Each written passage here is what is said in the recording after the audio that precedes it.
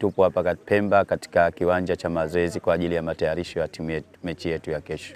Kwanza tunashukuru Mungu kwamba tumefika salama na mpaka sasa hivi ndani ya timu yetu tuko vizuri, wachezaji wote wako salama, mazingira tunaoishi pia yako vizuri na tupo kwa ushirikiano, lakini safari ndio safari baharini tofauti na mazingira ya nyingine, lakini tunashukuru tumefika salama na tumepokelewa salama.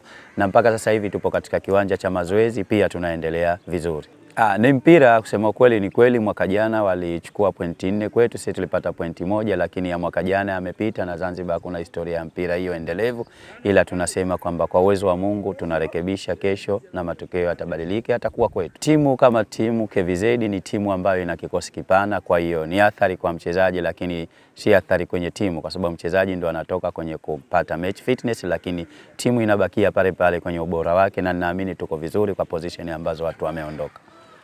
Tutacheza tu mpira hapa, tupo ugenini, lakini tutacheza kwa heshima, kwa sababu mpira timu yote unaocheza nayo kwanza inahitaji heshima. Kwa tutacheza kwa heshima, hizi ni timu wao tutawaheshimu, na lakini juu ya heshima yao ambao tunawafanyia sasa tunahitaji matokeo. Kilichotuleta Pemba tusifichane ni matokeo tu. Hatuna jua jingine lolote ambalo tunalihitaji au tunalijua kwetu. Washabiki wetu tunaomba waje Pemba wakusanyike kwa ajili ya kuja kutusapoti kama vile ambavyo wanatusapoti tupo Unguja, na hapa pia ni kwao na timu ni timu yao. Tunawakaribisha wote wageni walikwa, kwa hiyo ili kuja kutusapoti kwa kuhakikisha kwamba timu yetu inapata power na kuweza kufanikiwa vyema. Nashukuru sana.